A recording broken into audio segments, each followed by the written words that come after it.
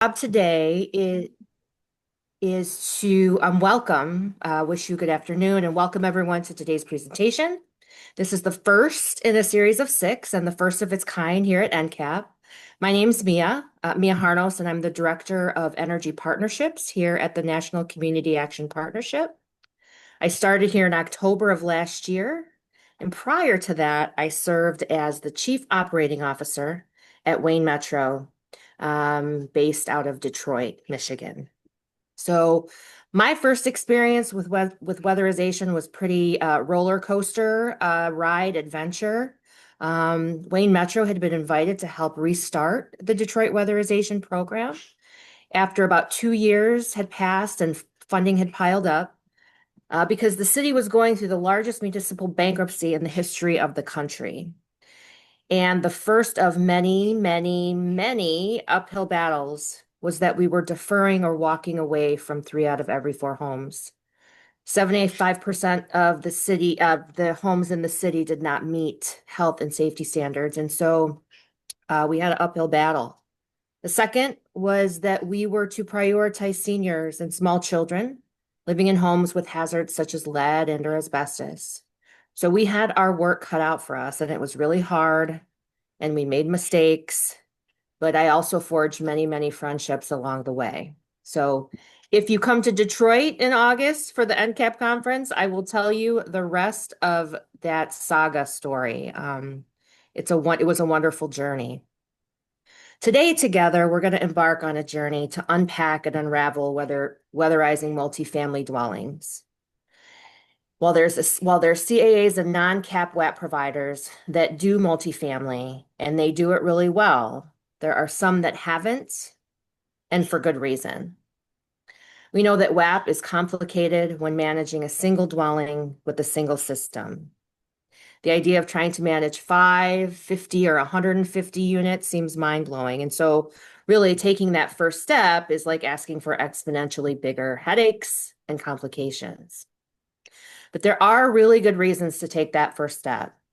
The first, in my opinion, is that measures equate to meeting the mission. The more measures you do, the greater the impact on the lives of the people will be who really need us.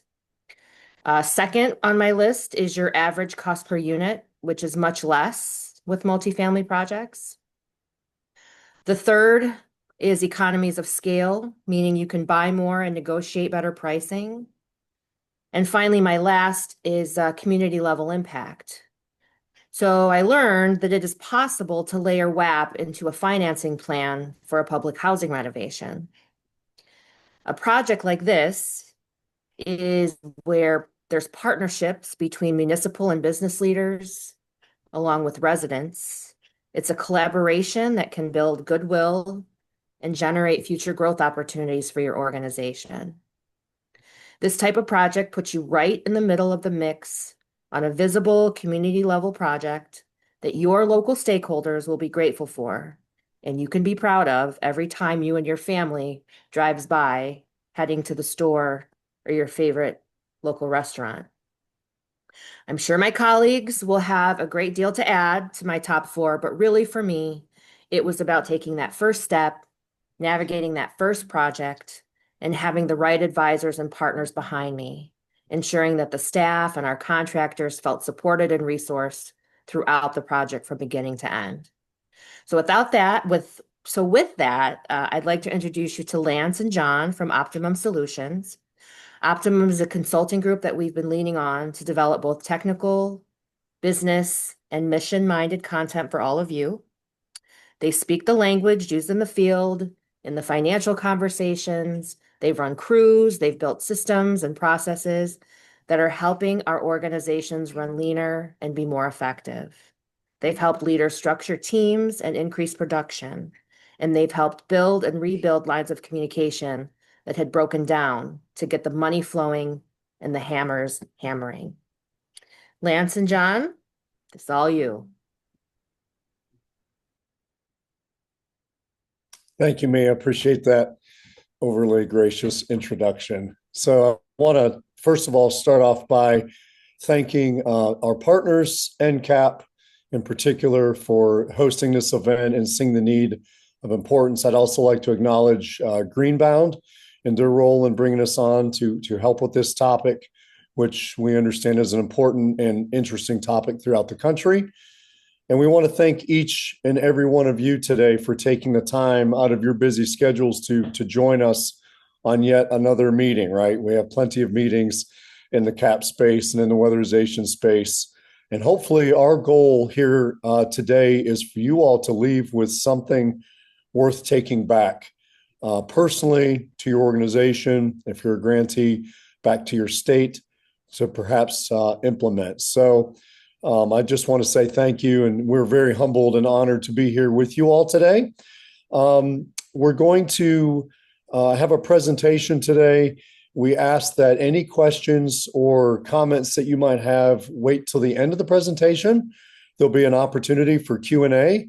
You're welcome to throw them in the chat. We have somebody kind of monitoring the chat today, or if you just want to write them down to make sure that you capture your thoughts on those matters. So we want to just point that out. That way we can kind of move through our information and kind of stay on point and on topic. And John and I will kind of be bouncing back and forth. We're at different locations. So please bear with us. A little bit about myself. First of all, my name is Lance Hostetler. I came into the weatherization industry in the middle of ARA, about 2010. I was brought in and I worked with the local training center. And for the first couple years of my career in weatherization, I did nothing but multifamily. Our assignment was to show up every Monday, and we were told where we were traveling that week. And we were tasked as a group with helping develop a protocol for multifamily weatherization for testing. There was a lot of technical question marks back then that we weren't really sure the best approach with testing multifamily, to developing protocols for work scopes, oversight, contractor engagement, you name it. It was all pretty new during ARA. At least ARA opened up a big door, which is now multifamily weatherization. So that's how I got my background. My background before weatherization was in construction. I was a general contractor in the Roanoke, Virginia area, and we specialized in renovation and construction of homes on Smith Mountain Lake there. So that is a little bit about my background. Personally, I'm a happy husband, father of two young kids, love them to death.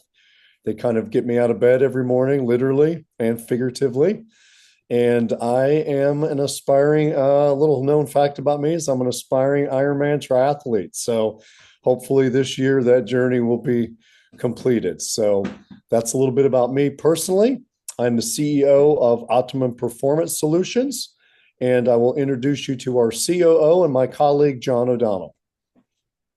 Hello, I am not an aspiring Ironman. I enjoy donuts and coffee. And so let that set the table for us all for what it's worth. I got into weatherization also back in ARA.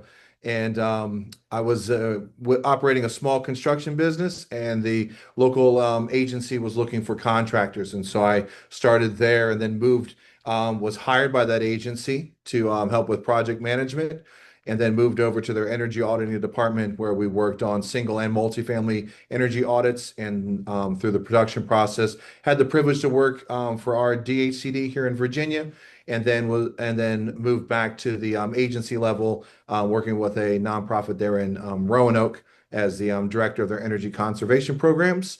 And then now have the opportunity and privilege to work with Lance in this new capacity here with Optimum Performance.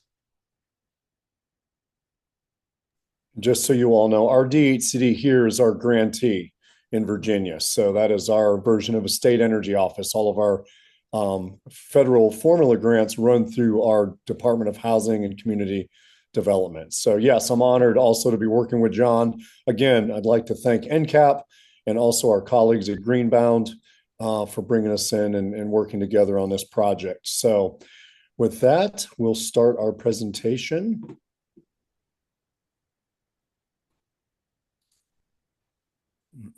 Bear with me just 1 second. There might be a little bit of a delay.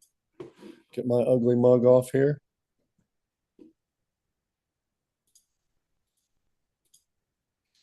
Okay. So you all are on here today. So, multifamily weatherization must matter to you personally and as organizations. So, we're going to talk a little bit about this today. Um, there is a lot that could be discussed when it comes to multifamily. Some states call this multi unit weatherization. So, just know those terms are a little bit interchangeable. Um, this could be a week-long conference, quite frankly, the topic of multifamily weatherization. It could have technical aspects, which are far more complicated than single family. It could also have a session on intake and client intake and pipeline strategies, project management, contractor engagement, um, average cost per unit, as Mia mentioned at the outset. There are so many aspects to this topic that literally we could have a full conference on this particular matter. In fact, if I'm not mistaken, AEA used to have a conference, I think, every 3 years in either New York or California. And I've been to a couple of those. If any of you um, get a chance to attend any of those conferences, if they're still in effect, I would encourage you to do so. They're phenomenal. I've always been to the one in New York, and they've had some really good content. So the reason we want to talk about multifamily and why multifamily weatherization is spotlighted right now is because much the same as it was during ARA, we have a tremendous amount of funding. Early in the year, there was a lot of reticence, a lot of uncertainty, but as it stands right now today, we are fully funded. Our programs are continuing as normal. What happens tomorrow, next year, a couple of years from now, really nobody knows, right? But as of right now, we have plenty of funding around the country. And usually when that occurs, multifamily tends to take front and center stage for a number of reasons. And John and I are going to talk about this today. Keep in mind, this is the beginning, this is the introduction of a 6-part series that NCAP will be hosting. So there will be opportunity to dive in a little bit deeper based on our session today on some topics that may be more pertinent to you personally or as organizations or as grantees and states. But when we look at the trend around the country, looking at the amount of funding, most states are somewhat behind when it comes to particularly the IJA funding, which we used to refer to as BILL for your point of reference. So one methodology states are using to address this is multifamily weatherization. And perhaps your organization is doing the same. Perhaps it is looking at a plan, a spending plan for the IJA funding, and it is considering multifamily weatherization. So the reason we want to talk about it today is because not only can it impact us as organizations, not only does it impact us as individuals and departments, but it certainly impacts the community. It is a way, as the slide here says, obviously energy efficiency, health and safety matters, resident comfort and health, and it provides bulk impact on our community, right? So if you're a cap agency that maybe does 100 units a year, just for round numbers, one multifamily project could deliver 50 units or even more, right? So you can see that the bulk impact is attractive to a lot of agencies that have the budget to perform multifamily weatherization. There are also benefits to everybody involved, including your agency, the states, but also the contractors and businesses that are benefited by larger scale projects. So there are some local economical benefits as well. John, do you have anything to add to that? Yeah, I would just add that multifamily weatherization is often a overlooked and underutilized segment of energy efficiency within the affordable housing and weatherization space. And it offers significant impacts on affordable housing for the local economies and the local weatherization service provider. And the breadth of multifamily weatherization's impact, it reaches far beyond just the individual multifamily projects, as we'll get into a little bit later. And your agency may be able to play a critical role in changing the dynamic of whether those houses have been touched during ARA, now with IJA, and not just during those times of boon funding, but also as an integrated, methodical part of our grant implementation. Yeah, well said.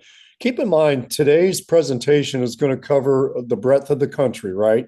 So you may be in a rural corner of Montana, Wyoming, where multifamily is not plentiful.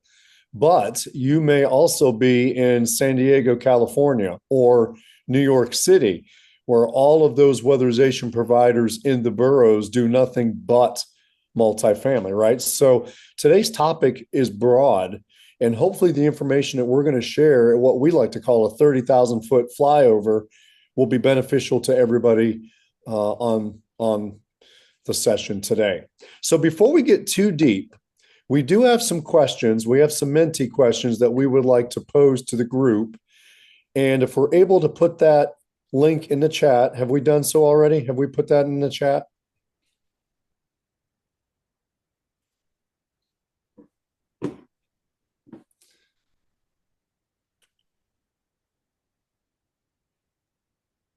Forgot she can't see us. Yes, it's in the chat. Okay, great. Thank you. I was waiting for some confirmation. Appreciate it. Okay. So if you go to the chat and click on that link, there'll be 4 questions, I think. And they're just general questions that will help us better understand you, the audience. So we'll just take a couple of minutes and give you guys some time to navigate that and answer those 4 questions. That would be great.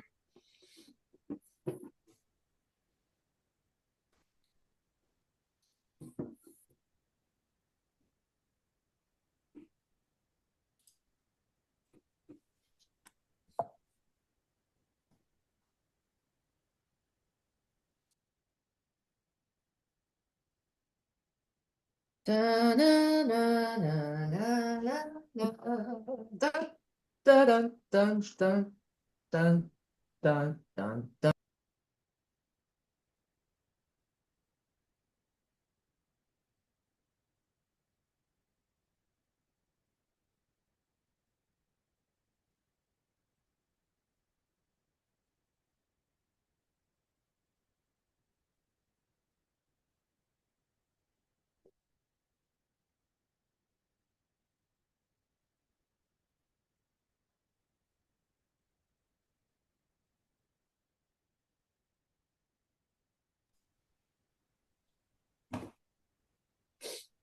Excellent. So if you haven't finished those questions, please keep on. NCAP, please keep sharing that with us so that we can all see that. So we'll just take these one at a time.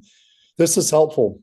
The majority by far are program managers or directors, which we sort of expected today, right? We thought the majority would be program managers, but it's nice to see also a couple of executive directors on here because ultimately this becomes an agency decision. And a lot of times there's board involvement, as we're going to get into a little bit later on today. So it's nice to see your participation. Auditors QCI, yeah, this definitely impacts you all from a technical aspect, and we'll touch on that as well. But it's also nice to see the grantees that are on with us today. I think we saw California, New York earlier on the register list, and those others. So we're glad that you are on here. So that is excellent. So if we can go to the next question.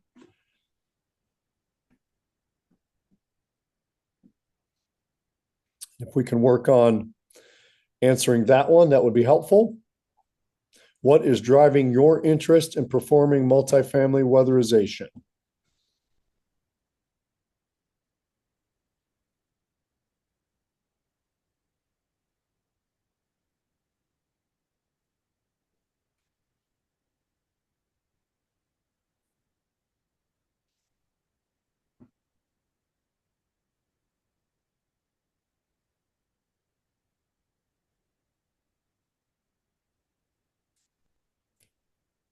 As answers still come in, it looks like by far the increased volume in client services, right? Volume. It is nice to go to one spot and do 100 units versus driving the state or your service territory to do 100 units. But ACPU is kind of making a charge there. So we expected that to be a hot topic today. Average cost per unit. We know that DOE has been emphasizing this recently, and I think that's only going to get more scrutiny in the months and years to come. We've got some local interests from multifamily owners. So some of you are getting approached by people that have properties. So that also tells us that there is interest from their end. And so hopefully today you'll be able to have a better explanation to them on how the program works. And then last but not least is the formulating of the IJA spending plan. And I would suspect that some of those answers are coming from grantees, because some grantees are also trying to figure out the best way to quickly and effectively implement IJA funding so that they can show use. So that is excellent information. All right, let's go to the next question, please.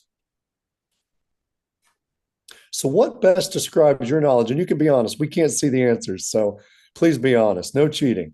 What describes your knowledge level of multifamily weatherization?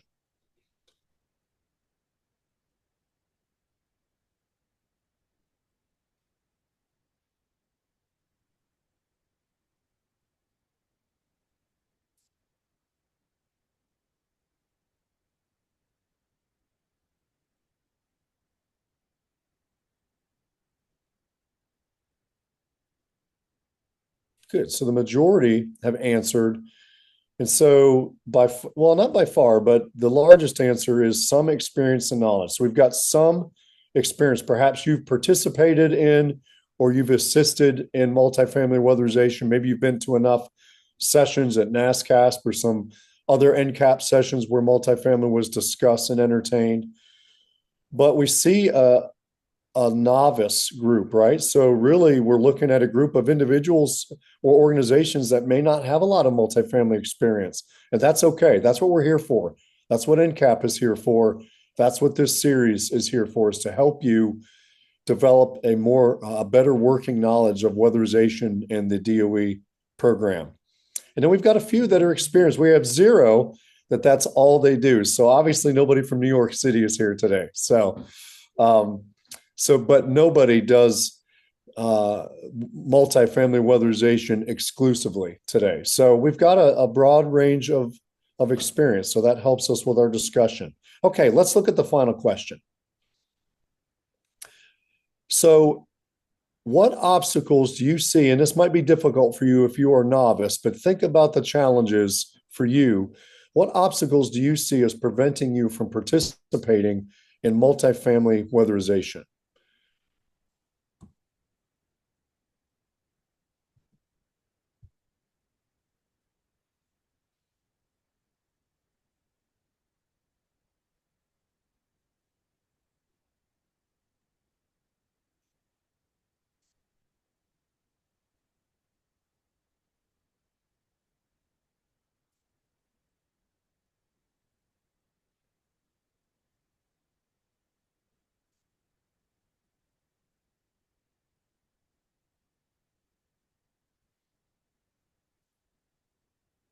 All right, most have answered. So we're going to talk about this a little bit. So by far on this question, this is something noteworthy for us and my colleagues at NCAP and Greenbound, training, the lack of training for multifamily weatherization. I think that's an interesting point, because even the BPI multifamily certification, I was one of the first to go through that and help them develop that. Even that was pretty low level as far as what really it does take to do a multifamily project from start to finish. So I think training is something we definitely should address. And if grantees are weighing in there on the state plan side of things, this cannot be discounted. The training assistance that your state will need, not only the sub-grantees, but maybe at the grantee level, some of the training that might be needed to help develop a good, solid multifamily program with reasonable yet compliant protocols for your state. So something to take note of. Training is a big need. Contractor pool, that's always a problem. It's a problem in single family. It certainly can be a problem in multifamily as well. And then program budget limitations. So it Could be that you are just a small cap agency with a small budget, and that if you did a multifamily project, it would simply it would just spend all your money. And so that becomes an issue for you. So we may touch on that a little bit today, with some discussion on how it can benefit the agency. So hopefully we'll take note of this as a group and learn from this as we pull up later on. So that's great. So if I can commandeer the screen back, thank you, NCAP, for helping me out there. Kendra, appreciate it. I'm going to go ahead and are you all able to see my screen now, or? Not yet. Okay. Bear with me. Okay,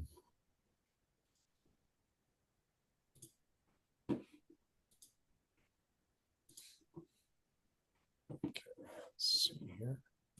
All right. Excellent. Thank you guys for participating in that. That helps John and I a lot as we're talking about some of these topics to target in on some key aspects that we've prepared today. So let's talk about the key sections.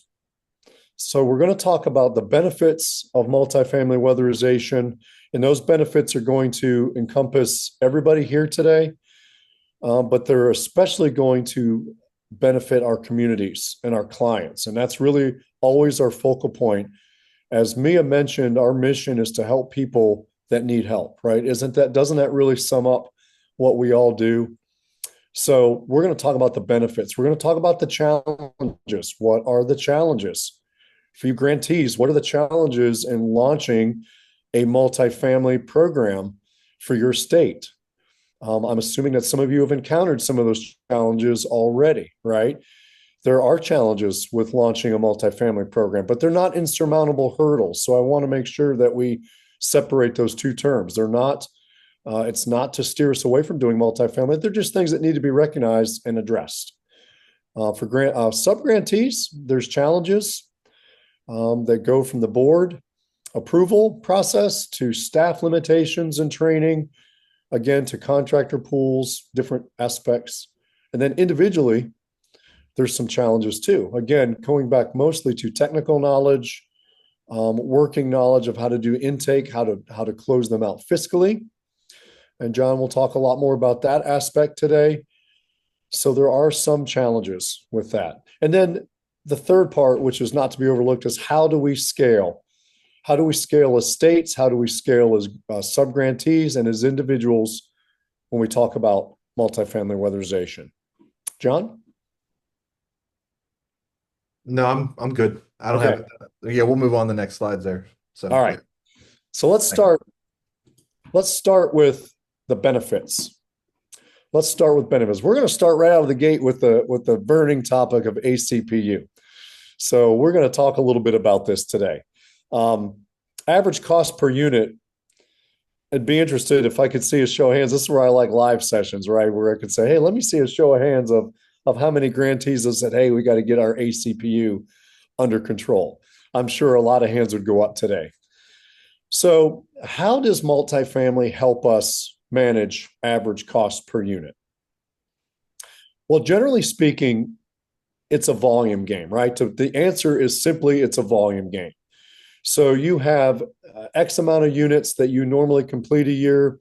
You have an average cost per unit that it takes to do so, which includes your average costs per unit as far as direct install, but it also includes agency costs and some other things.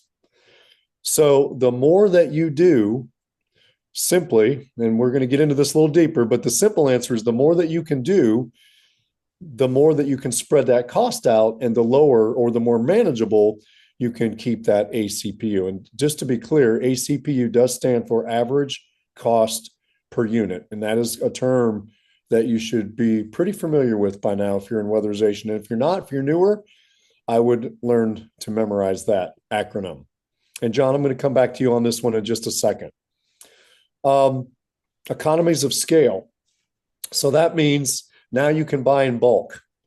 You can buy in bulk. Now you can go to your HVAC contractor. You can go to the person that does the ERV or the ASHRAE installations, your bath fans, whatever it might be, and say, hey, I need 200 bath fans.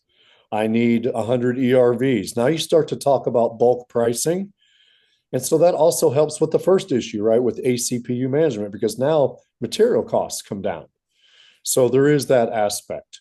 From a contractor's point of view, he would much rather do 100 units in one spot than 100 units driving all over the state. I mean, that's just a no-brainer, right? It saves on fuel, saves on travel costs, logistics.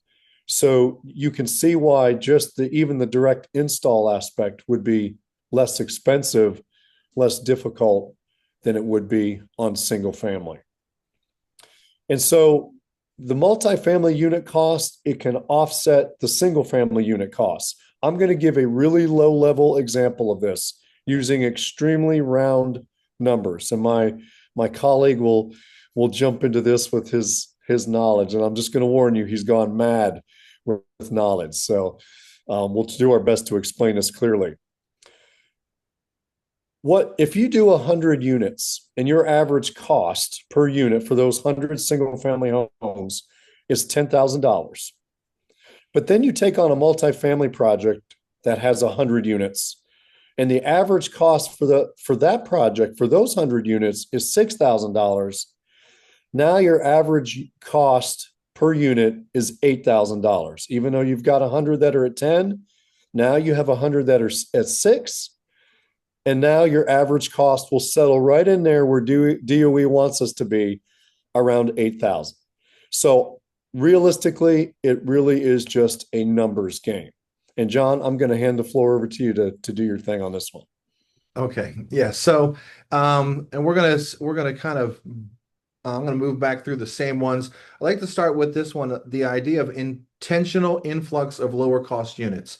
A lot of times as we're moving through weatherization and houses are coming in and we're addressing them by WAP rank and then the various needs that are the individual dynamics of single family households, we can't always control or know that low cost units are here today. They're coming in a week, they're coming in a month. But through multifamily, we can have an intentional influx of those lower cost units. And when I say intentional influx, it's not just intentional, like, oh, we're going to go do a multifamily. I'm referring to intentional all the way back in our grant management strategy sessions. As we're planning how we're going to manage the grant throughout the upcoming program year, that's where we have our multifamily pipeline leading into that so that we can also be strategizing the implementation of that pipeline and anticipating the impacts of that pipeline. Because as we know that we have the pipeline and it's built in, we're intentionally increasing the number of low cost units that are going to help us manage our average cost per unit across the full program year. The other thing we'll notice is that we're being intentional in this influx. We're also being intentional in our leveraging plan. Like as we're looking at our spending plan as part of our grant management strategies, are the funding sources that are going to be utilized, the potential partnerships, the expanded partnerships that are going to come in. And as we bring those all together into our multifamily segment of weatherization, our weatherization plan, then we can begin to realize just how much lower those unit costs are. It's not just that they might be at 6,000, they may become even lower cost because of these additional partnerships, because we've been intentionally planning to bring them into our program implementation. The next thing we move over is also in the economy of scale. This economy of scale is not just that we have the ability to have contractors at a lower price, that we can buy material if we're doing it, if we're crew based, that we can buy insulation and fans and other materials at a bulk pricing and reduce that side of the economy of scales. But the cost advantage is gained by increasing production volume and thereby expanding our operations is not just seen on the direct cost side, but there's aspects of it that also show up very quickly and clearly on the indirect cost side of things as we're able to also reduce the embedded cost. And that embedded cost happens all the way from intake to invoice. As we're able to move through a multifamily project, let's use the example Lance mentioned of 100 units. The intake process is able to be squeezed into a tighter frame. So we're able to get 100 units and 100 households approved in a more timely manner than scatter site. Also, the audit process, the production and project management process, the quality control inspection process, the closeout process, the invoicing process, all of those things are able to happen at an accelerated rate, which also increases the economy of scale, which not only is reducing the average cost in the individual unit, but also expanding how far the available funds in our grant can reach and touch in other aspects of single family, which we'll come to in a second, but also agency infrastructure and agency staffing. The third part, as we continue to move to the right here, is the reduced multifamily, the intentional influx of lower cost units via multifamily weatherization projects does provide an offset to elevated single family units. However, I would like to bring us back to that first word here, that's intentional. If we're intentional about how we're going to implement multifamily for average cost units, not just in bulk, but also now we get to the individual household where it's high cost, where we're able to avoid cost engineering and reduction in measures to that household. We're able to do that if we know that in our pipeline, in our implementation plan, we're anticipating the impact of a multifamily scheduled third quarter. Now, when we're looking in first quarter or second quarter at a house that's very high cost, we realize that we can provide full robust weatherization single family services to this household without adjustments to the work scope, because we know we'll be able to control the impact of the high single family because of the upcoming low multifamily units. And so that's kind of, again, 15,000 feet. We're a little lower than 30,000, probably around 15,000 feet, how that multifamily is critical, can have a critical impact in average cost per unit management. Yeah, you're going to hear us here at Ops talk about planning a lot. Yeah. When John talks about grant management plan, we have a different definition than your definition of grant management plan. Grant management plan, a lot of times to a weatherization provider, is something they copy and paste every year and they submit to their grantee. And the grantee stamps and says, great, looks good. DOE's satisfied. When we talk about grant management planning, that's exactly what we talk about. We use military terminology a lot for those of you that have been on some of our sessions in the past. It is like battlefield planning. You must have a strategy to manage properly all of the funding that we have now. It can't be just something that we kind of go into and hope that it works out. Right. That's all changed now. So when John, that word intentional was in itself intentional, right? It was put in there on purpose because that is part of our strategy as an agency to manage production, to manage time, to manage our funding. And so that is an excellent point that John makes. The simple fact is that multifamily weatherization allows for more flexibility in spending all of our funding sources. You can spend DOE, LIHEAP, IJA, utility for you states that have utility and private funding. Like all of that, you can satisfy unit counts, production numbers, average cost per units for all your funding sources if you're able to incorporate multifamily weatherization. It can certainly be done. We know a CAP, we work with a CAP that's done some multifamilies, and their federal and private split is 90-10. They only use 10% federal funding. Well, that creates a very low cost for that federal grant, for that formula grant, right? They use mostly utility money on some of their projects. That can be a wonderful way to manage those grants.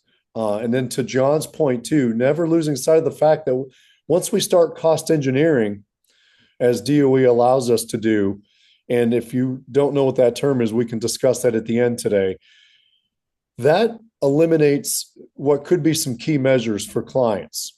It's better for them that they get something out of weatherization, but wouldn't it be better if they could get everything from these programs? And so managing it, being intentional, planning. If you really want to hear a discussion on planning and what that looks like for your CAP agency, for your weatherization provider, even for your grantees, the WAP Pro series that NCAP has put together really dives in deep into planning and how we manage the weatherization program. So tons of benefits here when it comes to multifamily weatherization. We talk about affordable housing benefits, right? The income qualifying rules still apply for weatherization of multifamily, just the same way that they do single family, with a couple small caveats. But as far as the numbers of what qualifies an individual, the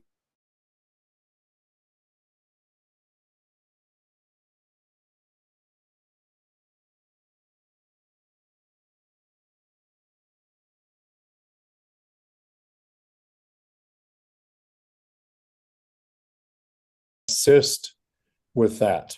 Now, we're going to get into this a little bit later on in the presentation. Let's remember that the weatherization program is designed to benefit the occupant, right? So sometimes we have to manage that overeager multifamily property owner, right? Because they see heat pumps and they see some other things. They see some upgrades, some LED light retrofits. And you know what? It does benefit them. Like it does benefit, especially if they're like a LIHTC property or if they're a HUD property, they do get benefits. They get some tax credits. Depending on who's paying for utilities on these properties, they may benefit from that to some degree. But ultimately, the weatherization program is to benefit the occupant primarily. So obviously, long-term cost savings. Like we have been in so many multifamilies. I think we were talking about this a couple of weeks ago. I think we've been in 60 or 70 projects, maybe more by now since ARA. And I cannot tell you how many multifamilies we have rolled up to and have seen air conditioning running wide open with people with windows open, right? Do you know what I'm talking about? You know what I'm talking about. That's an example of just they're spending that money. They don't even realize it. If they're paying those utilities, they're crippling their own bank account, right? And we all know that the folks that we serve can least afford to spend more on utilities. So that's number one, is the long-term cost savings. A little asterisk here, something that we see here in Virginia, and John also can speak to, is the health and safety benefits on multifamily sometimes can be dramatic. Right. And especially if there are CASs or if there are combustion appliances in a multifamily, which we see a lot in Virginia, frequently, I shouldn't say a lot, but frequently, massive importance is the health and safety benefit that we can provide to the occupant. There's been a couple of multifamilies that I've been on where, as I was pulling up to do an assessment and some spillage testing, there were ambulances literally in the parking lot taking people away. And it was because of carbon monoxide poisoning, right? So there's just one example. It's not energy associated, but it is a health and safety concern. And so that I would call that a benefit for affordable housing. And again, we mentioned benefits to the property owner, to the tenants, right? But it's primarily the tenant is what we're focused on. But the reason the property owners want to get involved, number one, they do care about, they don't want turnover. So if they have a property that is comfortable, that is safe, they can keep tenants longer. It is better for them. It's better for everybody. But then the benefits to the property themselves itself is immense. They get new heat pumps. They might get variable stage heat pumps, high-end equipment that they normally would not have. We're putting ERVs in more and more multifamilies. We're addressing lighting, other health and safety concerns, energy efficiency. I have yet to be in a multifamily that we have weatherized intentionally and thoughtfully where the people on the QCI haven't told us, I can tell already. I can already tell. And man, does that make you feel good? Don't you love it when a client tells you they can already tell a difference in the home? And of course, all of this ties into the sustainability, because everything we just mentioned really helps affordable housing be sustainable. Affordable housing doesn't have to have the connotation of housing that isn't comfortable, that isn't safe, that isn't premier, right? When we think about affordable housing, we might think of, like a Section 8 multifamily. But by the time weatherization is done with that, it can be a comfortable, safe, and extremely affordable place for somebody to live. So those are some of the technical benefits of multifamily. Yeah, very well captured, Lance. And so I'm not going to move back through all of these like I did in the last slide, but I like to focus on the what is often the stigma and sometimes a challenge of multifamily weatherization, and that's those words benefits for property owners. And there is benefit to property owners. Some weatherization providers shy away or have kind of removed themselves from even offering single family weatherization to rental units because of the perception that it's enhancing the property for a landlord and kind of passing over the real benefit is to the tenant. One of and there is the aspect that there are asset improvements that are being made through weatherization. There are some things, as Lance touched on, that the level, instead of it just being a contractor grade equipment, we're going to put in higher efficiency. So there are those benefits, direct energy benefits to the client, but also from an affordable housing benefit that multifamily weatherization offers to the tenant is that if the property owner finds a tax credit, they find other ways to make similar improvements to the property that may have long-term cost savings for them as well as the occupant and would contribute to sustainability goals. The fact that they've done it on their own most likely will result in increased rental rates. Whereas through weatherization, there's the improvement, the increasing based on improvements has a restriction where there's a time frame where those increases cannot occur. And so while we see the benefits and there are the naysayers that say it's a benefit to the owner, there is direct and tangible and extended benefits to the occupants as well. Yeah, well said. So we don't want to penalize the occupants because of who owns the property. That's correct. Absolutely. So we want to kind of keep that in mind. So yeah, we've rolled up to multifamily properties where the owner's been sitting there in an air-conditioned Lexus while people are hanging out of the windows sweating to death, right? We have encountered that. But our focus when we are boots on the ground and when we're talking about incorporating this into our mission are those people that are hanging out of their windows trying to stay cool. So to John's point, we don't want to shy away because there is benefit to that. That is an ancillary benefit. The idea is to help the people that occupy it. And it may not be this family forever. It might be the next family or the next family, but they're going to enter a more stable and certainly a safer and more efficient unit than they would have. So massive benefits. So let's talk about benefits to the agency. Now, given that we've got some grantees on here, we might even touch on this a little bit. And John, John likes to kick me under the table if I start to tread into water that he's not comfortable in. So just give me some kind of signal, John, if I'm going too deep into something. But anyhow, there are benefits for every agency, and whether that's a grantee, whether that's a sub-grantee. For the grantee, having a multifamily program, now some states do it differently. Virginia, it has one big pot where multifamily and single family kind of come out of the pot. We have an approval process for multifamily, but there's not a separate department that handles multifamily, a separate funding. Then there's other states, like Maryland, for example, where multifamily is a separate track from single family. So they have a single family division, they have a multifamily division. Your state could be either one of those, or it could be something a little bit different or a hybrid of both. But where the financial stability comes in is you have increased volume. So that means you have increased invoicing flow. And so if you're a sub-grantee, that means now you have steady flow of invoicing for your agency. And the reason for this is because under multifamily guidelines, and I want to make sure that it's not specific to Virginia, but I believe it's DOE guidelines, if I'm not mistaken, that a multifamily property can be submitted fiscally, one completed building at a time. So if you have a building that has 10 units in it and you have 15 of those buildings, that doesn't mean your agency has to carry that whole property through to completion. So as you weatherize and QCI and approve a building for completion, that can go right to your fiscal department and they can begin closing out.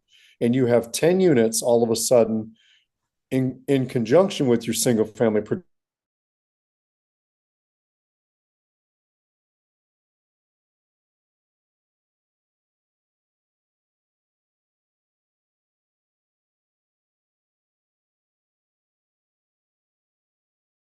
invoice that. Now, for grantees, the benefit is you are spending in bulk funding sources like IJA, right? That maybe your WAP network is having difficult doing on the single family front. So that is the benefit. We're kind of getting back to that bulk, that numbers game, right? So for the grantee, if the program is run in such a way that it facilitates expedient work and compliant work, it can provide some stability to the states as well. We're seeing some states that have received their second half IJA already. And I would venture a guess that those states are doing multifamily heavily. That would be my guess because of the numbers game. John, do you want to talk about the financial aspect? Yeah, I would just add that kind of going back to something I mentioned earlier, and that is the idea of reducing embedded costs allows for agencies to operate at a high level of impactful productivity with a lean, well compensated workforce. You're able to touch more houses more effectively, more efficiently. Also, when multifamily is incorporated into our grant management strategy, it helps to ensure that we're going to meet the contractual goal, the contract that we have with the state or the energy office for how many units we're going to turn in. This helps also avoid the potential of funds being reallocated away from not just our budget, but away from our personal communities. And this also helps the agency utilize available funds to maintain and build their own infrastructure to be able to operate at optimum performance for maximum benefit to the communities that they serve. Yeah, nice plug there, John, by the way. That was You nice. like that? Yeah, I liked it. Critical to optimum performance. Yeah. But your states, for example, John and I have always been proponents of you states keeping that money in your state, not outsourcing it, keeping it within your state, building your infrastructure, building your network. Multifamily program can help you do that. Now, we got to go back to one of those questions of challenges, right? 26 out of you attendees today said training was an issue. That is something that states do have to consider. They have to be able to facilitate either somebody coming in to help them with training or a training center that is qualified in multifamily weatherization. So that is a consideration. But we're big advocates of you states and you subgrantees keeping that money in your own community, building your internal infrastructure. For the subgrantees, it can allow you to have flexibility of things like wage increase and wage growth. Right. Workforce development. We hear this term all the time. What does that mean? How do we do it? This is an avenue because of the volume that can enable you to address things like wage and salary benefit and growth. So, and then again, for the grantees, it can help you retain that money, build your infrastructure. We don't get this funding very often, right? About once every, at least since I've been in here, about 12 years, we get a big pot of money. I would like to see us all learn from that and be prepared for the next wave of money so that we have a plan on how we're going to implement it so that we're not waiting for second half of anything. We are delivering, we are showing the administration we need that money. Right. Another side benefit, and we'll kind of get through this as we talk about increased production, is as grantees, as you start to do multifamily projects, and of course, sub-grantees will be involved in that to some degree as well. It also attracts the attention of private partners like utility companies. they tend to take great interest when you can showcase a multifamily project that maybe was not in the best condition, that when you are done is now completely energy efficient, it is safe, there are upgrades, people are happy. That is a good look for everybody. On the even on the political front. So just something to keep in mind. There are some of those benefits too that we're not getting into too deeply today. But again, Optimum Performance Solutions is a big fan of you all keeping your money That's in right. your community. Increased production, obviously, we've hammered that home. We're talking about volume. We're talking about there's some agencies that do nothing but multifamily. Of course, some have no choice. But if you're large enough and you have the budget, it can certainly increase production. Now, multifamilies, we'll talk about a little bit later on, doesn't have to be 100 units. It doesn't have to be, 200 units or 300 unit massive properties. We've seen multifamilies be 10 units or 8 units, right? So you can just don't get that thought in your mind. We're like 200 units. I can't do a 200 unit multifamily. Maybe not, but you could do 8 units or 6 units, right? You do 6 single family houses. So you could follow the same process and procedure. But multifamily can help increase production. The last point is one we don't like to talk about, and that's reallocation. We're getting t-shirts. We're going to be wearing t-shirts at the AC conference in Detroit that say "Stop reallocation." We're going to come up with some catchy slogan. We don't want to see you all giving your money to other communities, and so multifamily can help you with that. Again, as states and subgrantees, like it applies to both. Why let another state or why let another WAP agency in their community receive that money when you could find a way to spend it in your own community? So again, that bulk production, as John mentioned earlier, the bulk intake process, the bulk fiscal process, the installation flows production. It can help production flow a lot more efficiently and can help you avoid reallocation. And again, I don't want to show hands of how many people have had to give money back over the last several years since but I know in Virginia it's been almost annually, right? Or at least every grant period, some agencies give money back. We'd like to see that stop. We'd like to see agencies delivering that money, those resources to their people in need. So that is also an unintentional benefit of multifamily, or maybe it's intentional. John, you got some thoughts here? Yeah, I was going to say you'll know. So we want to see all money stay in your community that's been allocated to you for your serving your community. If it is going to be if someone is going to have funds reallocated away from them, we want to see you in a place where you are positioned to be receiving that reallocation. And so incorporating multifamily weatherization into your implementation process helps position you in a place where you can receive that and receive it not just like, hey, we've got a pipeline, but because of really low average cost per units, as reallocation funds are made available, you may be able to utilize that for some critical agency infrastructure improvements without a massive increase in the output of units you would have to go find. And so if reallocation is going to happen, we would like to see you in a place where you can benefit from it. Yeah, good point. And again, I'm going to come back to grantees a little bit. I'm going to touch a little bit at the state level. It's an opportunity for you, and I mentioned it earlier, to build your infrastructure as a WAP network. Let's take IJA, for example. It's a massive amount of money. I think DOE would have no problem in a good, solid multifamily plan that would involve healthy training aspects to strengthen a WAP network. Because even when IJA goes away, and maybe some of those funds go back to normal formula funding levels, now you're going to have a stronger weatherization network. And so this is a long-term investment for you as grantees as well. So there's benefits to everybody involved. So let's talk about some of the challenges. I'm going to give this section to John. I get to talk about all the benefits. John gets to talk about all the challenges. Okay. Not really. Not really. There are challenges. there are challenges. So let's talk about some of these. And again, I'm going to touch a little bit on the grantee level, not too much though, because each one is different. But let's talk about you agencies, you weatherization providers in particular. One of the first things that I remember that we had to deal with as a housing agency was our housing agency mentality. The board was all about single family production. And I remember this driving me absolutely out of my mind because I wanted to do multifamily so badly.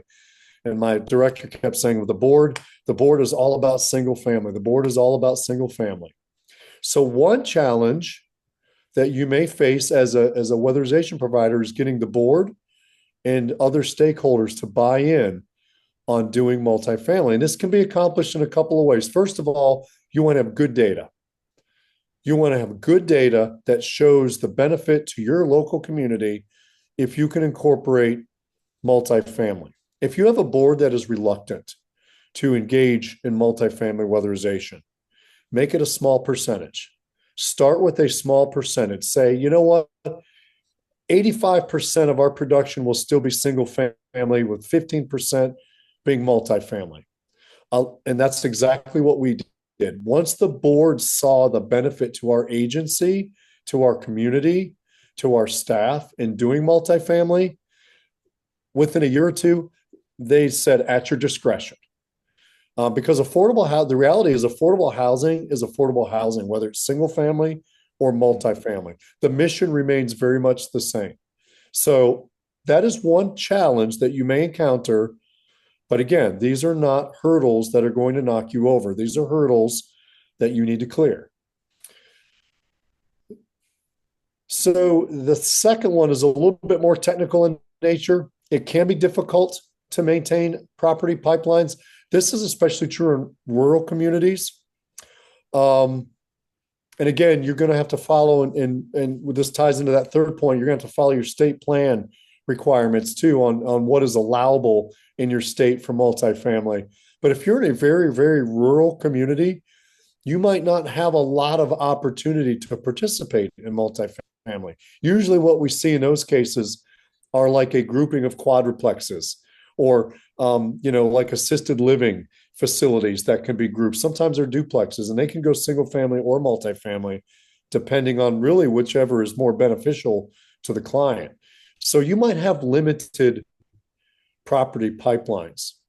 If you're in an urban area, your property pipeline might be complex, right? You might have triple stacked cases where you've got combustion appliances on 3 floors joining one flue.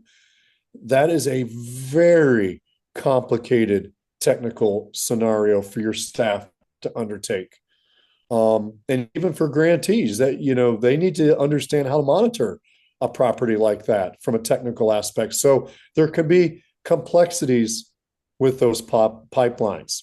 One of the things, since we're talking about this, intake can be challenging on some of these multifamily properties because you are required to get a certain amount of data from the tenants, including utility bills. And sometimes they just don't want to cooperate, right? And so that can be challenging. So one thing you can do to overcome that is consult the HUD list. Look at the Section 8 properties in your region. They automatically qualify, right? So that simplifies potentially the intake process for your staff. So again, there are things that you can do to overcome some of those constraints. John, you got some thoughts on these 2 points? I would say I would agree entirely. I'm just going to take a slightly different approach to limited or complex. Limited pipelines may be based on maybe not your location, but also on your budgetary restrictions. You may or may not have the budget for it, or you may have a limited property pipeline because of the ability of the agency to carry certain costs all at once in a multifamily. So there may be some other limiting things that limit your property pipeline. The other thing I would take on the side of complex, there are complex factors outside, like stack cases and other things, but make sure that you're not having a complex pipeline internally. Like keep your process as streamlined as possible, easy, clear, coherent. Here's where the baton is passed. Here's who it's passed to. Here's what the packaging looks like. Have it laid out in such a way that it's a very that it's the property may be complex on site, but our pipeline should never be complex internally, which just hinders and is counterproductive to the intention, some of the intentions in the advantages of multifamily weatherization. Yeah, that's a solid point. And I would go so far as to say, if you don't have a good leveraging plan, and I mean a plan on how you are going to utilize multiple funding sources on a project, that is priority number one, because that comes into bear, especially in multifamily. It can be utilized. If you have a good plan, you can leverage multiple funding sources and achieve low average cost per units. You can, achieve your unit counts that you're required contractually to deliver on. So, to John's point, internally, that is part of that pipeline. Make sure you got a good process, you have a good plan going into it. Don't go into it and then try to figure it out.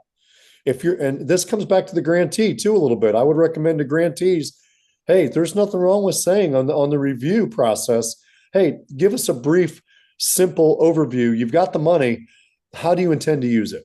How are you going to do it on this property, especially if it's a newer WAP provider participating in multifamily? Nothing wrong with the grantee saying, give us a breakdown on how you see this going, and understanding it could vary a little bit, but at least it would give you some insight on as to whether the agency has thought that through all the way.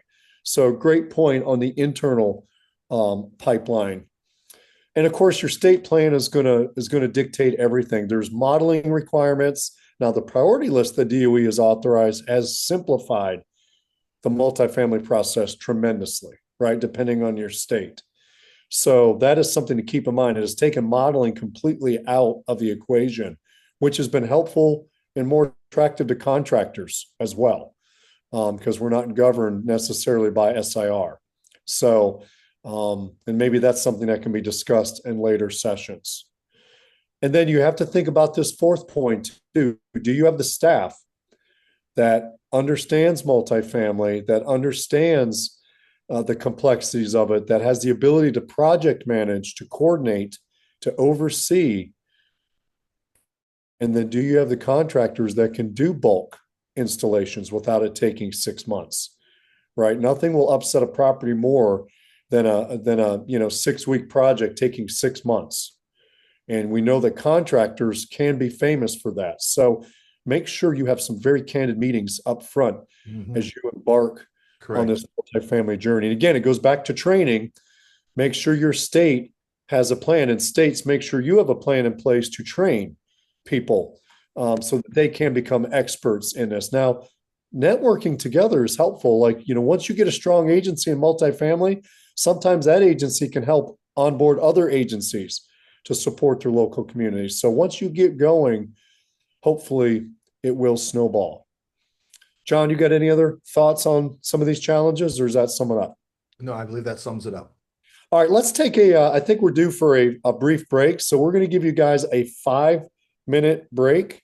I know we're past due, but let's keep it strictly 5 minutes. So if we could come back around 3:17 or so, if you've got a phone or a digital device, let's come back at 3:17 and let's resume the talk about challenges.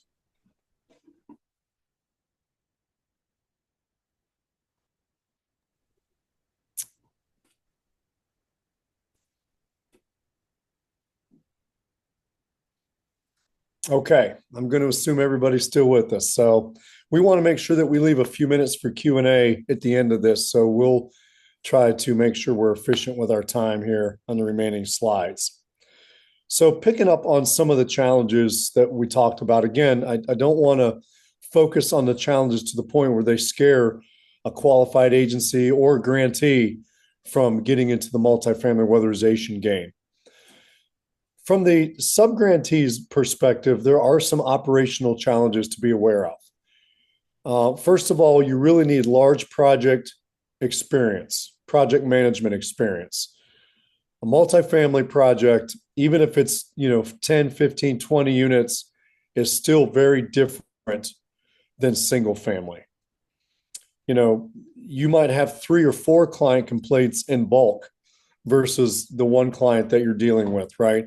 And usually contractors are on site when that happens. So you've got to be able to navigate that and manage that.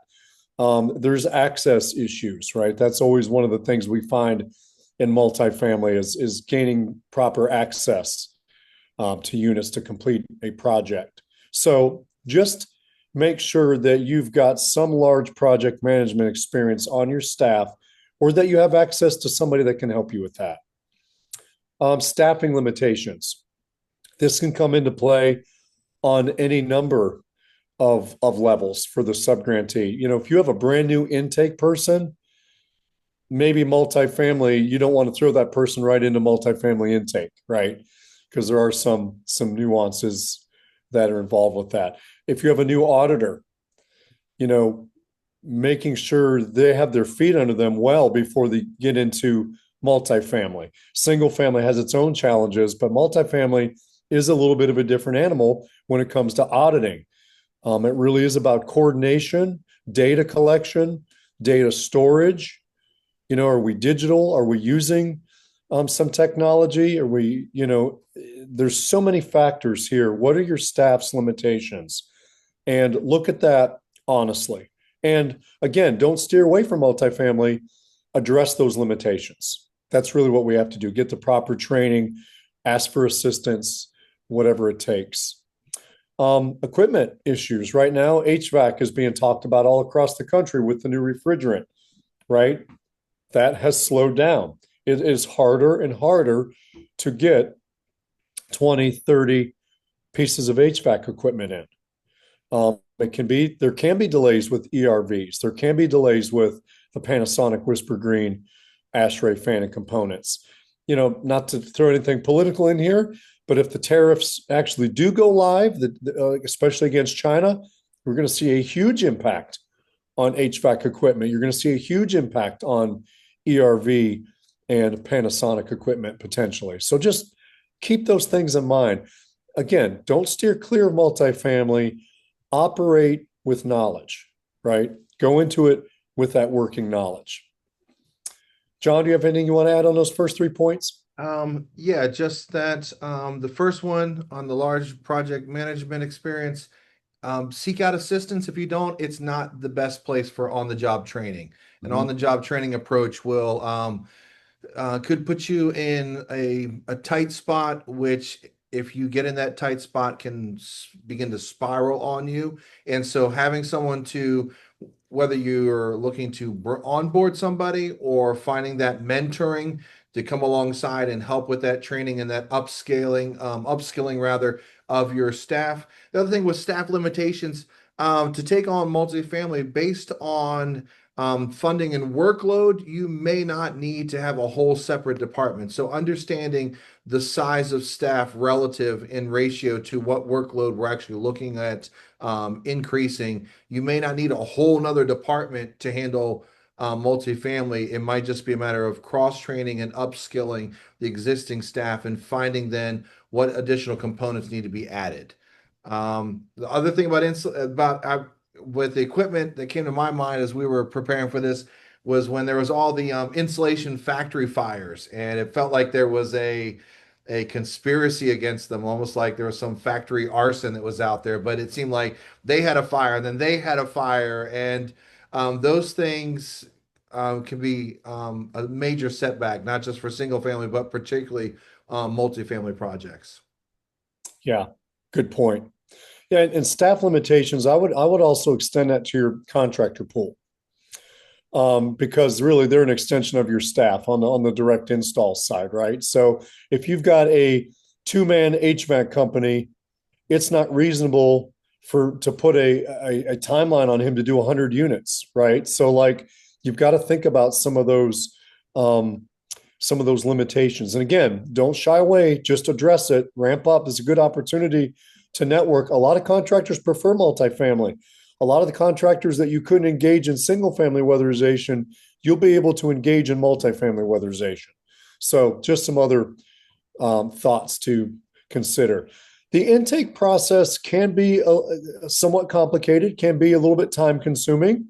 A lot of times, the best approach is for your intake staff to go on site and either find a community space or set up a tent and potentially provide incentives, whatever it takes to get people to fill out paperwork, to bring utility bills so that you can get rolling with multifamily property. So just to touch base briefly on a DOE guideline on intake, a property has to be 66%. So you got the 50-66 rule. And you may or may not have heard that. You might have seen it on some of your modeling software. So if you have a duplex, 50% of that duplex has to qualify, right, for the whole unit to be weatherized. So in multifamily, bulk multifamily of units greater than that, it goes to the 66% rule. So if you have 100 units, that means 66 have to qualify for that to be a qualifying project for weatherization. So just knowing that it's going to require at least 66 applications completed and filled out, just knowing the time involved with that can help you determine whether or not your current staff can handle that. And that's 66 by building. Yes, correct. Thank you, John. Not just in bulk, it is correct. By building. Yep. Correct. That is 66% by building. So if you have 10 units in a building and you have 10 buildings, 6.6 or 7 of the 10 would have to qualify in each building. So, but it is bulk income, right? Qualifications. So that's kind of good, but it also presents real time constraints. So just understand that as you're navigating also your single family pipeline, realize the time constraints on your staff. And then John alluded to this earlier. I'm going to let him talk about this a little bit more. Is it just might be a simple fact that you don't have a large enough budget to take on a big multifamily project. If you're a cap agency that only receives $200,000 of formula funds, it's hard to spend all that on a multifamily. And then your single family pipeline is basically dead, right? So you might complete a multifamily project in 6 weeks. Then what are you doing the other 46 weeks of the year? So there is that aspect. And then we're going to come back to that here in just a second with John, the fiscal capability. Keep in mind, and I'm going to say this directly, and John, you can kick me under the table, but I've heard you say it, so I'm going to quote you. So I'm in trouble. Yeah. Weatherization is a reimbursement program. Your contractors are not signed up for a reimbursement program. Correct. Your contractors expect to be paid usually within 30 days. Sometimes they'll work with you. Bigger contractors might say it's a big project. We'll give you 60 days, no problem, right? Whatever those terms are.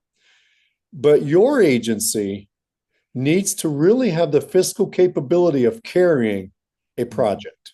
You need to fund it, at least to the extent as you can. So if you've got 10 buildings and you've determined that you can only carry 3 buildings, then that's what you do that month. You get 3 buildings. You're making sure that at least 3 buildings are done and submitted for reimbursement, because that's all you can carry fiscally. Again, it comes back to that planning process. So keep that in mind. Can your agency carry that project? And we've said it in some meetings before with agencies. If you can't carry the project, then maybe you shouldn't do the project at this time. And it comes down to that, because what if there's a delay? What if there's a delay in funding? What if there's a delay in payment? You still owe your contractors. If they've got a good working relationship, they'll be patient with you for a time, but at some point, business is business, right? So understand that going into the multifamily process. And John, since I plagiarized your I'm gonna hand it over to you and go off camera. All right. Thanks. So I think just before we get to that one, I'd like to step back just a little bit to the coordinated intake process. The blessing is that it is in bulk. You have, we'll keep with the 100 applications. You have 100 at one time. The burden is you have 100 at one time, not just to process, but to keep organized, to keep structured, to know, and that's part of this intake planning. It's got to be a coordinated intake process where we know we're going to have checklists by unit of what all's there. We do it with single family. We need to be able to scale that process up and keep it as clean and as free flowing as possible, and how we're going to follow up with clients, how we're going to follow up with the property management, how we're going to follow up with these different key components to make sure that it's all happening.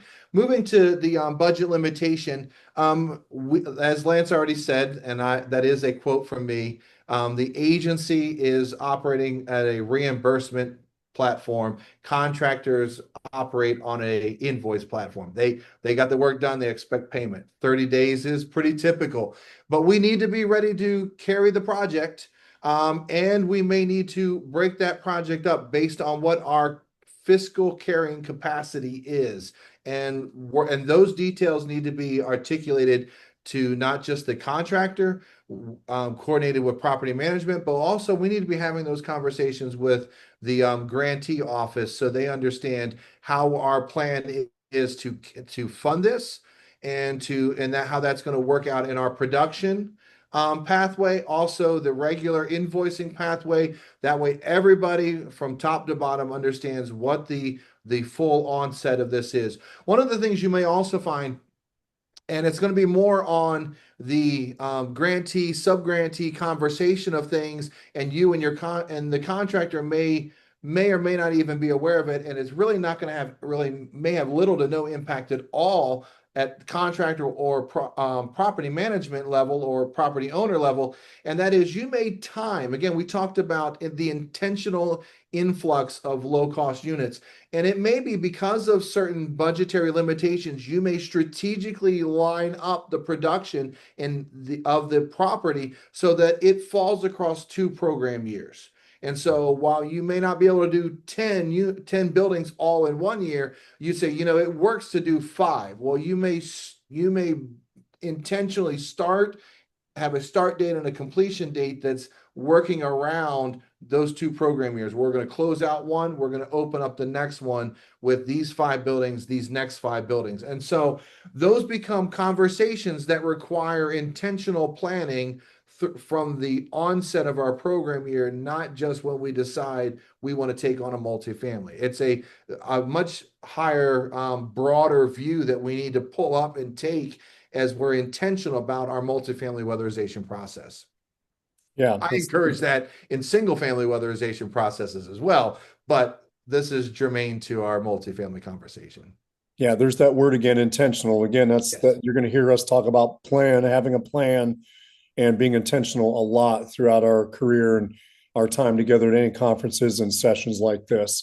So for the grantees, really quickly, all of these same things apply to you too, because you have to monitor these projects to some degree, and how you go about that. There's some leeway there, but however it's been agreed to as part of the state plan with DOE, you have to be able to fulfill that. Do you have the staff that can monitor a multifamily project and understand its technical intricacies and some of the other issues?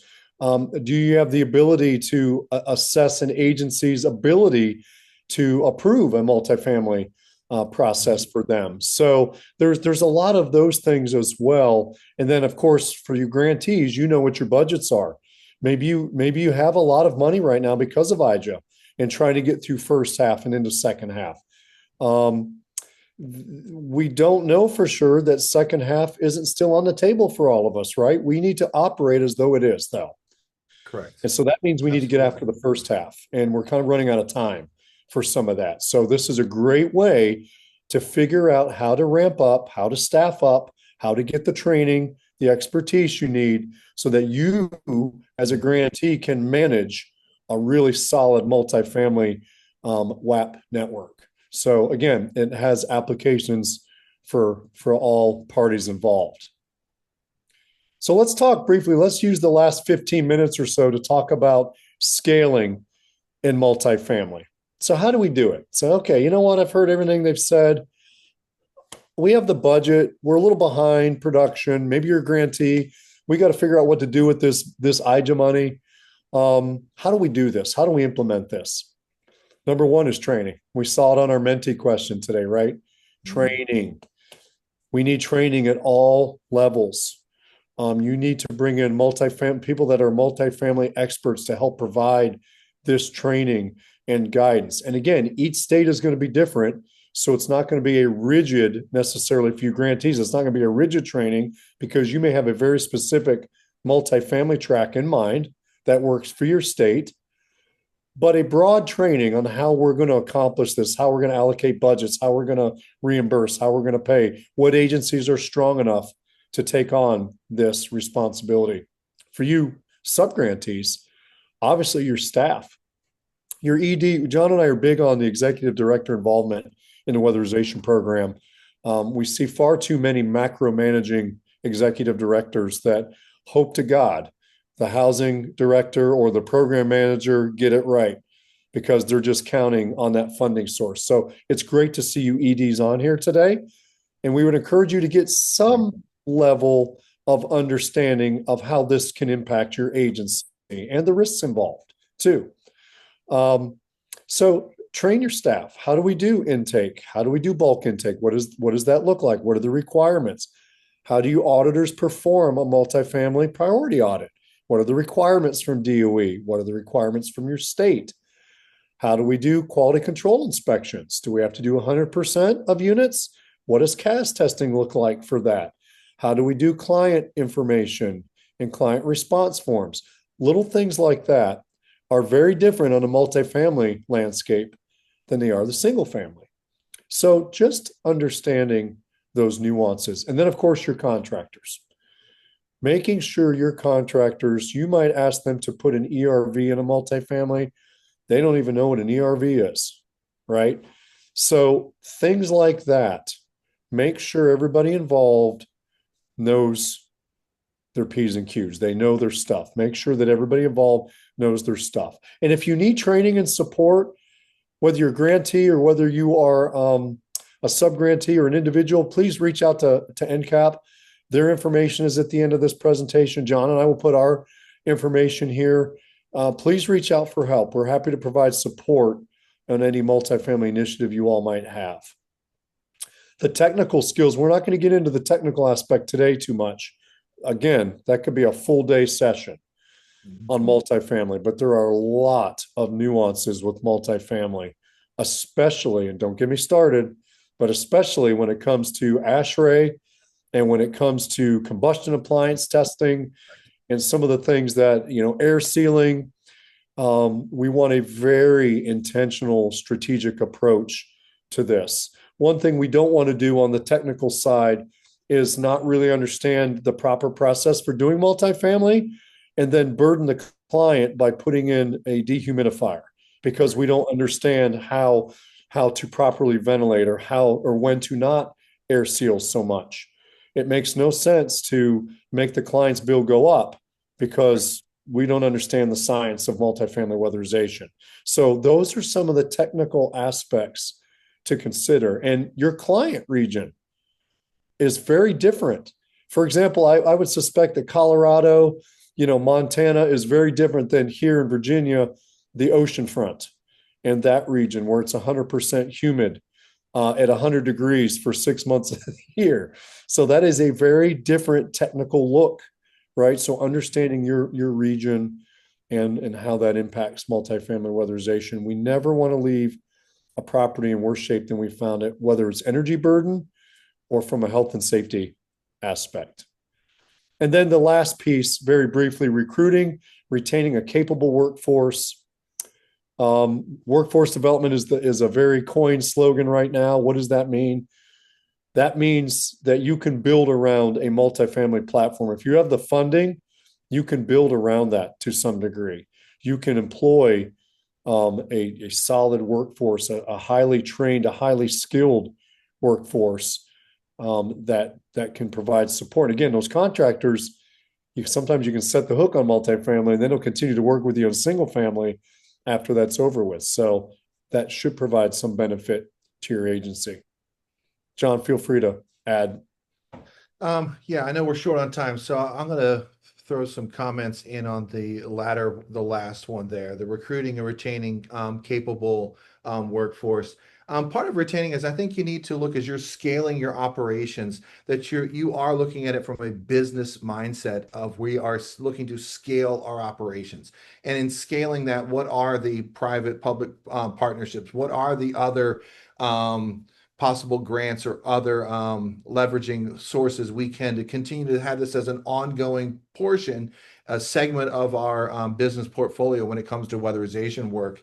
The other thing is there is sometimes with the ebb and flow of grants that there is a increase in funding, and so there's an increase in contractors, there's an increasing in staff, and sometimes at the end of that we're not able to retain all, and there may be a need for a reduction. I think that the planning should be of such that we're not overscaling in directions that requires a massive reduction. And if there are, I think that there's a path of communication through that process that is ethical and that allows people to begin to prepare should that the end of funding is approaching. We are going to have to downsize and laying that out. If those expectations are known on the front end, they're communicated throughout, it allows people to build a resume and make their proper decisions moving forward. I think that there is a sustainable path for continue to incorporate multifamily weatherization, but also if there is a need for a potential reduction, that it's done in an ethical manner. And it goes back to that word intentional, right? So Yep. don't overgrow to accommodate, fleeting funding, but grow enough to where you think you can sustain it. And, I know in our business, we're always looking at, can we sustain it without this, without X? Right. Yes, we can. Then we're ready. We're prepared for that growth, right? We have Right. those conversations a lot. So don't overreact and overgrow too quickly. Ease into that growth and be like, okay, we're kind of at a sweet spot. Yeah, we're kind of working pretty hard, but we still got our holidays. We still got our 4-day work weeks. Our staff seems to be in good spirits. I think we're at a pretty sweet spot. You'll know as managers too. So yeah. So John, that great point on that. So looking at project identification, we mentioned complex pipelines earlier, right? And prioritization. So develop internally some criteria. You say, okay, we're going to enter the multifamily realm. Let's start with this. And maybe grantees kind of apply the same pathway. We say, okay, we're gonna dip our feet into the multifamily program. Let's just say we're going to do all electric. For right now, everything is going to go all electric. And maybe you say that as a state, or maybe you say that as a agency, or maybe you say, if there's seal combustion, that falls into the category of all electric because of the safety concerns are removed or whatever. So that's just an example of something you might say, hey, this is a suitable multifamily. Or you say to yourself, okay, we're going to pick one that's within 20 miles. I don't want one that's 100 miles away that we have to manage for our first project, because if something goes wrong, logistically, it's not easy for us to get there. Or you say, let's take a 10-unit property right now. It's a total of 10 units. It's one little building. It's got 10 units. Let's try it. Let's try one and see how we do and then learn from it. So those are the kind of things that you can do as providers to kind of get into the weatherization game. You can use data. We mentioned a HUD list earlier. Look at the HUD list. They qualify automatically. They simplify the intake process. They would give you some real opportunity to get into the multifamily game without overtaxing your staff. Outreach. There's all kinds of organizations and apartment owner associations, things like that you can plug into and connect with. Home Builders Association sometimes will help us out. Use some of that data to do some of the work for you as far as where you start to find a pipeline. And then once you find a property owner, sometimes they own 3 and 4 and 5, 10 properties. Once you plug in and you build a good relationship, man, the pipeline is really there for you at your discretion many times. In fact, they're usually knocking your door down because they want those heat pumps. They want They want those water heaters, they want different upgrades. So those partnership opportunities are there. And of course, it's all dependent on you delivering well on a multifamily project. You want to get it right. We don't want to go into a multifamily property and screw it up, because that will have the opposite effect. That'll close our pipeline once word of that gets out. So be really cognizant of that. John, you got some thoughts here? Yeah, just real quick on criteria and data driven. Some of that's going to also be from a program management planning side of what are the available funds, formula and leveraged or other private funds, utility funds, etc. Other things that may play into that is what are our average cost per unit needs that we're planning towards? What's the size and scope? What's it look like this property is going to need? So I think also knowing what contractors you have available and what their scalability is, what their expertise are, both internally and externally, and staffing are going to be criteria and data points that you're going to have to consider as you move into and take action to step towards the multifamily weatherization field. Yeah, and that takes us perfectly into our next slide. Maybe. Screen's locked up here. Sorry. There we go. What funding sources do you have available? And how do you intend to deploy them on a multifamily project? Or if multifamily becomes a steady stream for you in your production, and understanding what the limitations of those funding sources are and what your state plan allows for. For example, we know that if you're involving IJA on a multifamily property, then Davis-Bacon applies, right?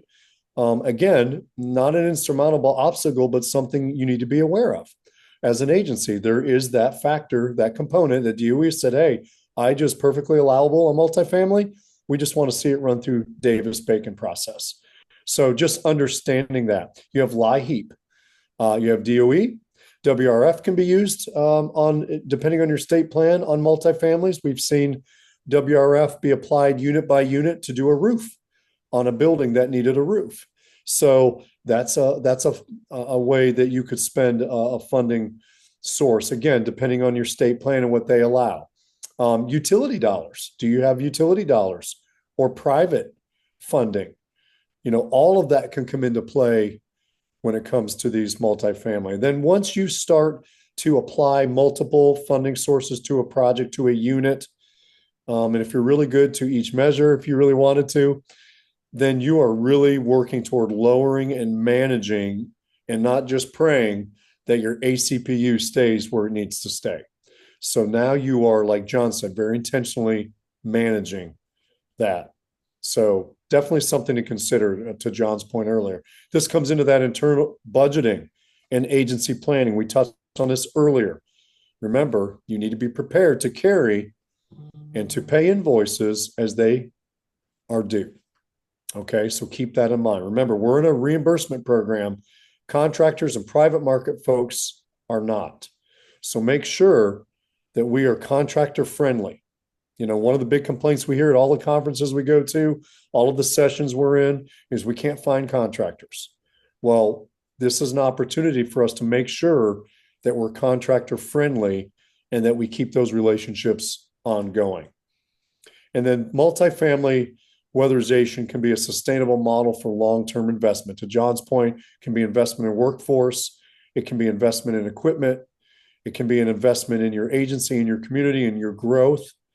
And as your states, as you grantees keep this money in your state, you can also invest in your WAP network, strengthening and building your infrastructure. And we are big supporters of that model. John, you got a comment on this one? Yeah, I know we're at time to get into the Q&A portion, so I would just say, obviously, this here talks about a lot of communication, a lot of planning, and so I think you're going to hear me say again over and over, this requires to have a plan then that has a process that then has procedures that are implemented by the personnel who know what they're doing so that you can functionally produce the units and meet the goals. And that requires a lot of communication departmentally, interdepartmentally, across the agency, well in advance during strategic planning, pre-project, mid-project, post-project, all the way through. There must be functional, collaborative communication to be successful in multifamily weatherization or as an agency, period, in my opinion. Good. And then just in conclusion, our call to action for you grantees, we would encourage you to look at the processes you're implementing. If you're going to start a multifamily program for your state, make it compliant, but make it flexible and simple for agencies to participate in, and make it easy on yourselves to monitor and to keep track of. Look at the requirements, make sure we're familiar with the DOE requirements for priority list, for modeling those pathways and how different they can look. And then obviously language in your state plan. Again, we always encourage flexibility wherever possible to allow different parties to participate. So that's our call to grantees. To agencies, we want you to look at your budgets, look at the state requirement, think about your staffing, your contractor bandwidth. Is this something that you can get involved in? Is it something that you can invest time and energy into your community, into your staff? We would encourage you to think about the bulk impact that it could have on your community and some of the benefits that go with that for yourself as an agency, for your team, but especially for multiple clients. And that's our mission, right? Is to help those people that need our help. And then for you individuals, for you QCIs, you auditors, think of this as a stepping stone in your training and education. Maybe you've been doing single family your whole career in weatherization. This opens up a whole new universe for you.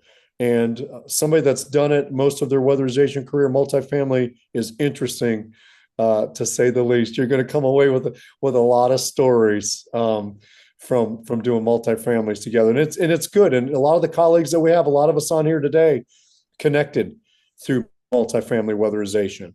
So there are a lot of benefits for that. So I hope that today was helpful. We're going to give you some information here in just a minute, but we do want to give you guys a few minutes. We were hoping to have a little bit more. We kind of like to open it up to you all for discussion. So if you have a question or a comment, I think the preferred method would be to raise hands and have NCAP kind of keep an eye on that and field any questions. You're also welcome to put something in the chat, but this is your opportunity to talk and ask questions, make comments, suggestions, anything at this point. That'd be great. We'd love to hear from you.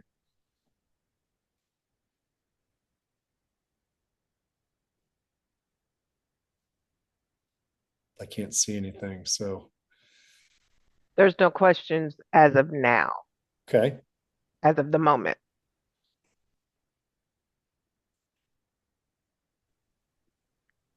If that's the case, I'll chime in here. I'm Chase Counts with Greenbound Consulting, and we're another contractor for NCAP, and we work closely with John and Lance at Ops. And put a plug in for our next session for the Multifamily WAP series on July 17th, same time, Thursday, 2 to 4 p.m. Eastern. And our next session will be covering one of the most exciting and invigorating topics. We're going to be talking about the landscape around which we operate multifamily weatherization, the Code of Federal Regulations, WAP memos, weatherization program notices, everybody's favorite subjects. So we'll also be talking about how to start to engage with multifamily property owners and some of your state level advocates that may also support you in this effort. So have I bought some time? Has anybody come up with some questions? I don't see any in the chat. We did so good. They don't have any questions. That's crazy. I thought for sure. Well, and I would just like to stress as we close out here today, if you require support, if you need training, if you're interested in talking about this, even at the agency level, like, is this something we should be looking at? Feel free to reach out to NCAP and have them point you our way or Greenbound's way. We can assist you at the agency level to help have those discussions. Grantees, if you guys could need some advisement, some help, some suggestions on what we've seen, the good, bad, and ugly of multifamily across different states and even in our own state, please reach out to NCAP and have those discussions. We're here as a resource for you guys. And we're glad we're so grateful to be partnered with Greenbound and with NCAP that they brought us in today. So please continue to reach out. And we'd love to see this gain some momentum around the country, especially in light of IJA spending and some of the question marks there. And we know that a lot of states are, and agencies, not just states, but agencies are behind with that spending. And so this can be a mechanism to help with that and get us to that second half. So we'd love to see all of that occur. So please feel free to reach out.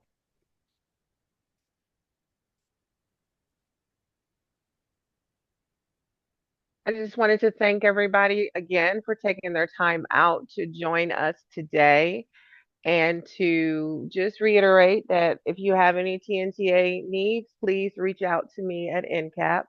I put my email address in the chat. My name is Keisha Johnson. I am the project director for Weatherization Workforce Development. Many of you know me, but please reach out and I will do my best to assist you. Also, the slides will be posted. And the recording will be on our YouTube channel. So thank you again for taking out time to join us. And also, we look forward to seeing you in series number 2. Lance, I'm gonna turn it back over to you and John and maybe Chase to have some final words. Yeah, I just want to thank everybody again today for being here. Hopefully, we gave you some things to think about. It's a lot. Again, we could have a full week session on multifamily weatherization and all the different components, but hopefully we're sparking some good discussion. And I'm very grateful to NCAP and to Greenbound and my colleague, John. I'd like to thank John as well for the insight and for making this happen. So I think it's a worthwhile topic, and we're just grateful that you all took some time to be with us today. So thank you again.